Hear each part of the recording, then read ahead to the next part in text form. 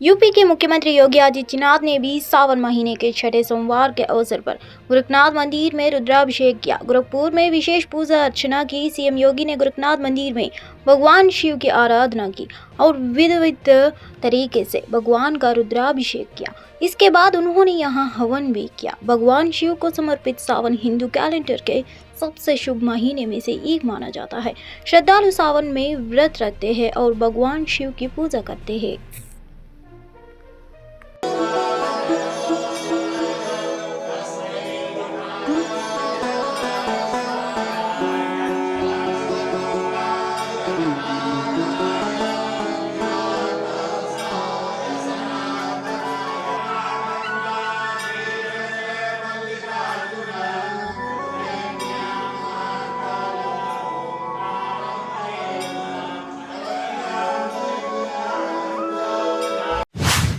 स्वतंत्रता दिवस समारोह से पहले रक्षा बलों के कई शाखाओं के कर्मियों ने पटना के गांधी मैदान में मार्च किया। कल भारत में अपना 77 स्वतंत्रता दिवस मनाएंगे।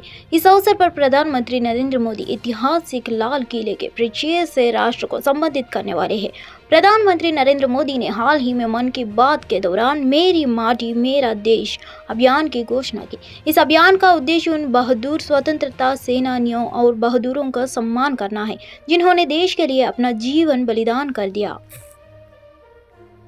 अगस्त को गांधी मैदान पटना में राज्य स्तरीय मुख्य समारोह यहाँ आयोजित किया गया है और उसके लिए यहाँ पर सभी तरह की तैयारियाँ कर ली गई हैं। आज यहाँ पर इसका पूर्वाभ्यास किया गया है और पूर्वाभ्यास में यहाँ पर 20 ट्रुप के द्वारा परेड का प्रदर्शन और इसके साथ साथ यहाँ पर जो बाकी तैयारियां हैं उसको भी पूर्वाभ्यास में रखा गया। सभी अच्छे तरीके से हो रहा है। इसको अच्छे तरीके से 15 अगस्त को प्रस्तुत करने के लिए भी सभी अंतिम तैयारियां की गई। कितने झांकियां निकलेंगी? इसमें कुल मिलाकर के 13 झांकियां निकलेंगी जो राज्य के विभिन्न योजनाओं और जो मुख्य कार्यक्रम अवयव हैं उसके संबंध में प्रदर्शनी के माध्यम से प्रस्तुत किया जाएगा।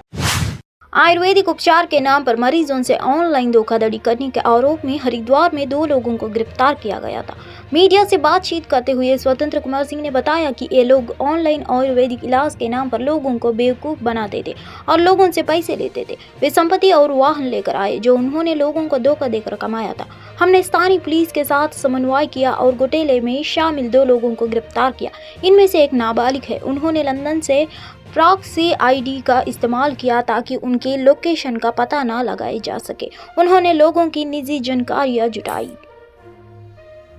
देखिए, ये 2 तारीख की घटना है। एक वादी के द्वारा शिकायत की गई थी कि वो पतंजलि में इलाज के लिए ऑनलाइन संपर्क किया और उसके साथ फ्रॉड हो गया। वो 2 लाख रुपए फर्जी अकाउंट में डाल दिया। इस तहरीर पे जब तस्दीक की गई तो जो अभियुक्त थे वो नवादा के अभियुक्त निकले और इसकी पूरी जब डिटेल छानबीन करने के बाद टीम का मूवमेंट 10 तारीख को कराया गया और जब सोहजाना गांव जब वहाँ पे पहुंचा गया तो 2 अभियुक्तों को गिरफ्तार किया गया और उनसे जो डिटेल हमें प्राप्त हुई, डिटेल में उन्होंने बताया कि पिछले 15 दिनों में वो लोग इस तरह के फ्रॉड करते रहते हैं और 15 दिनों में लगभग 16.5 लाख की कमाई की है इस फ्रॉड से। और पिछले कुछ महीनों में अगर देखा जाए तो उनके द्वारा बताया गया कि वो फ्रॉड के थ्रू ही 2 मकान और 2 लग्जरी गाड़ी भी खरीदे हैं। कितना पैसा और सर कौन सी जगह की किससे फ्रॉड हो रहा था? ये 2 लाख का मैटर था। जो वादी थे वो इलाज के नाम पे 2 लाख रुपए दिए थे। इसमें 2 अभियुक्तों को गिरफ्तार किया गया। गांव में भारी विरोध भी हुआ लेकिन लोकल पुलिस की मदद से दोनों अभियुक्तों को गिरफ्तार किया गया। इसमें जब तस्दीक की गई तो एक नाबालिग था। नाबालिग को फिर से वापस वहीं पे सौंप दिया गया और एक अभियुक्त को ट्रांजिट रिमांड पे दिल्ली पुलिस ने स्वतंत्रता दिवस समारोह से पहले राष्ट्रीय राजधानी में सुरक्षा व्यवस्था बढ़ा दी है। स्वतंत्रता दिवस समारोह से पहले राष्ट्रीय राजधानी में सुरक्षा बढ़ा दी गई है और पुलिस कर्मियों ने वाहनों की जांच की। इसके अलावा स्वतंत्रता दिवस में मद्देनजर रेल भवन और कृषि भवन को तिरंगे रंग की रोशनी से रोशन किया गया है। स्वतंत्रता दिवस के मद्देनजर लाल किले पर भी सुरक्षा कड़ी कर दी गई है। इसी बीच सोमवार रात से 15 अगस्त तक नोएडा और गाजियाबाद से दिल्ली की ओर वाणिज्यिक बाइक और भारी वाहनों का प्रवेश प्रतिबंधित रहेगा। दिल्ली यातायात पुलिस के अधिकारियों ने रविवार को कहा कि इन वाहनों को नियंत्रित किया जाएगा और वैकल्पिक मार्गों की ओर मोड़ दिया जाएगा। स्वतंत्रता दिवस के अवसर पर यातायात को नियंत्रित करने के लिए लगभग 3000 यातायात पुलिस कर्मियों को तैनात किया जाएगा और उन्हें राष्ट्रीय राजधानी के प्रमुख जंक्शनों और सीमा को लाल किले से जोड़ने वाली सड़कों पर भी तैनात किया जाएगा।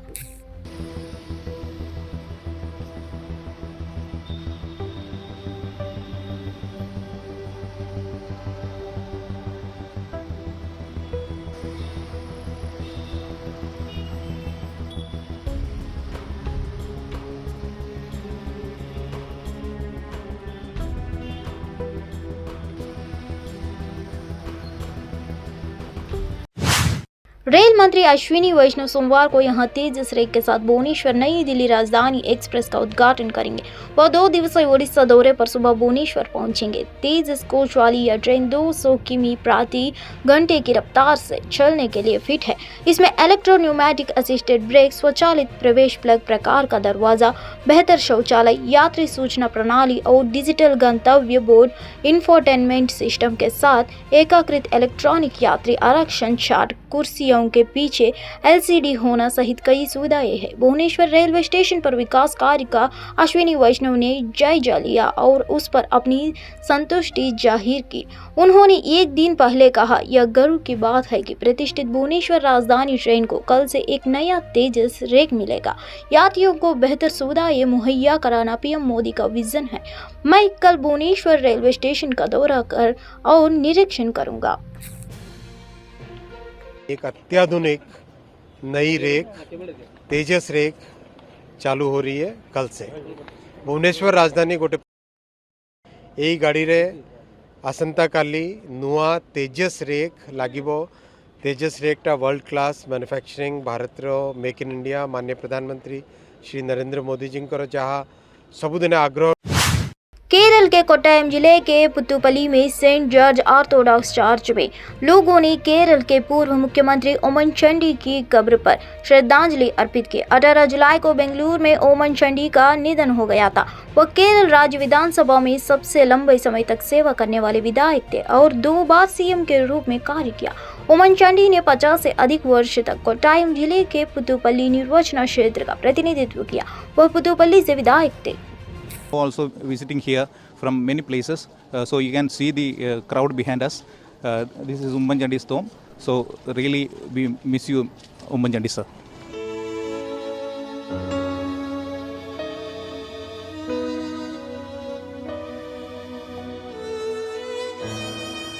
We came to here to see the tomb of Sri Oommen Chandy sir.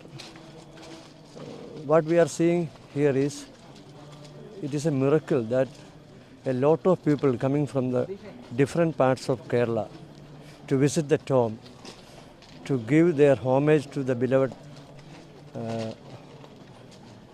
Chief Minister of Kerala. I think his life. एक दिन पहले महाराष्ट्र के उप मुख्यमंत्री अजित पवार और एनसीपी प्रमुख शरद पवार के बीच हुई मुलाकात को लेकर शिवसेना नेता संजय राउत ने मीडिया से बातचीत की और कहा कि अलग अलग नेताओं के बीच चर्चा हुई। बैठक के बाद फैलाई जा रही अफवाहों को लेकर शिवसेना की ओर से उन्होंने अफवाहों को चिंताजनक बताया और शिवसेना इस बारे में शरद पवार से बात करेगी। कई घंटे आपकी बैठक चली है कांग्रेस और उद्धव जी की, आप भी इस बैठक में मौजूद थे। किन किन विषयों पर ये चर्चा हुई है? देखिए, नाना पटोले जी जो प्रदेश कांग्रेस के अध्यक्ष है, महाराष्ट्र के नेता है, वो आज 5 बजे मातोश्री पर आए थे। मैं मौजूद था उद्धव जी के साथ और आदित्य जी भी थे। 31 और 1 तारीख को मुंबई में जो इंडिया अलायंस का समिट होने जा रहा है उस बारे में भी चर्चा हो गई, तैयारी के बारे में। और कल से महाराष्ट्र में जो राजनीतिक माहौल चल रहा है, माननीय आदरणीय शरद पवार जी और अजित पवार जी के मीटिंग के बाद वो एक भ्रम पैदा हुआ है, लोगों में बहुत सी शंका कुशंकाएं हैं, वो हमें चिंतित करती है। इस बारे में हमारी चर्चा हुई और ये जल्दी से जल्दी उस बारे में ये भ्रम जो है।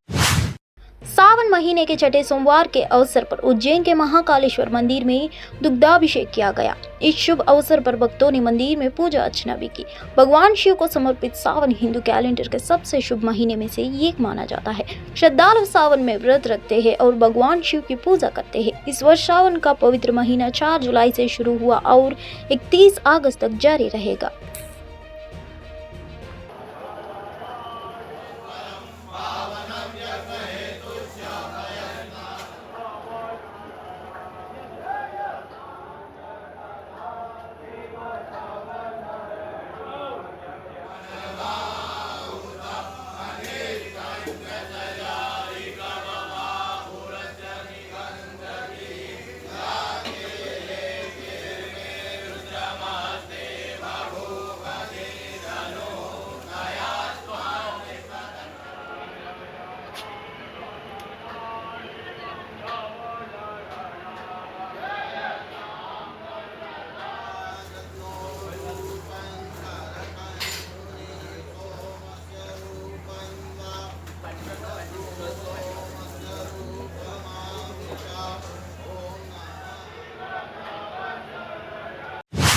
भारत के 77वें स्वतंत्रता दिवस के उपलक्ष्य में पूरे देश में आज़ादी का अमृत महोत्सव बड़े ही धूमधाम से साथ मनाया जा रहा है। 15 अगस्त से पहले ही देश की कई इमारतों रंगीन रोशनी में नहीं उठी। राजधानी दिल्ली से रायसीना हिल्स में राष्ट्रपति भवन और आसपास की बिल्डिंगों रात में शानदार नजारा पेश कर रही है। दिल्ली के रेल भवन और कृषि भवन में तिरंगे के रंगीन लाइट से जगमगा रहे हैं। ये रोशनी 15 अगस्त तक जारी रहेगा। राष्ट्रीय ध्वज के रंगों से रोशन इन इमारतों के पास काफी लोग सेल्फी खींच रहे हैं।